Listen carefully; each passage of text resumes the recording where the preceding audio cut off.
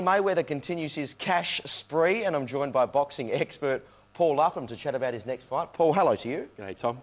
Mate, he's up against Andre Berto. Now, if he wins, he'll equal Rocky Marciano's all-time record. It seems, first up and on face value, this is an easy fight for him. Well, look, it is. He's hand-picked Andre Berto. Look, Berto's a former world champion. He's a very good fighter. He's 32 years of age. He's 30 wins, 3 losses.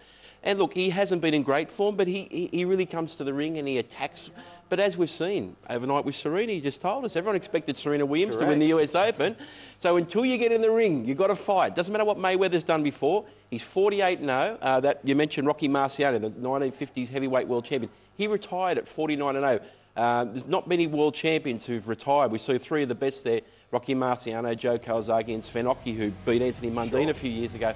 Now, Mayweather said he's going to retire. This is his last fight. Some of us don't believe him because that allure of 50-0 and another big paycheck, you would think he would come back. But at this stage, he says, that's it, no more, I'm going to win. But he's got to win the fight. And look, in boxing, there's no easy fights.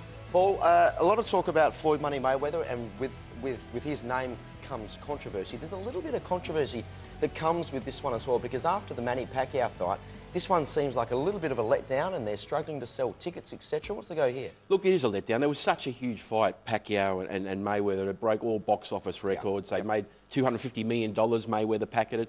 So, of course, he's taken a pay cut. He's down to $32 million for this fight. But look, it's nothing.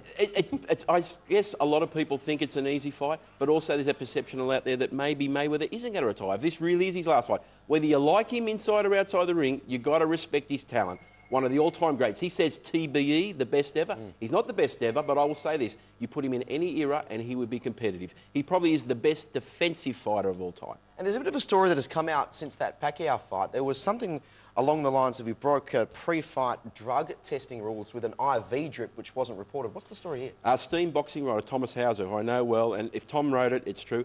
It was reported that after the weigh-in before the Pacquiao-Mayweather fight, he was using an IV drip to refuel himself, and that is illegal under the WADA code. Okay. So the Nevada State Commission is going to have to investigate that now. But it wouldn't be a Money Mayweather fight without a bit of controversy. There's always things swirling around with Money Mayweather.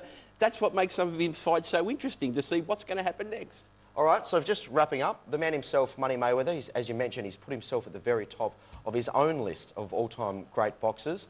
How do you think he's going to be remembered, especially if this does, as he says, becomes his last fight? Unfortunately, he's outside the ring persona. Look, he's brash, he's arrogant, people don't like the way he carries on, he throws money around.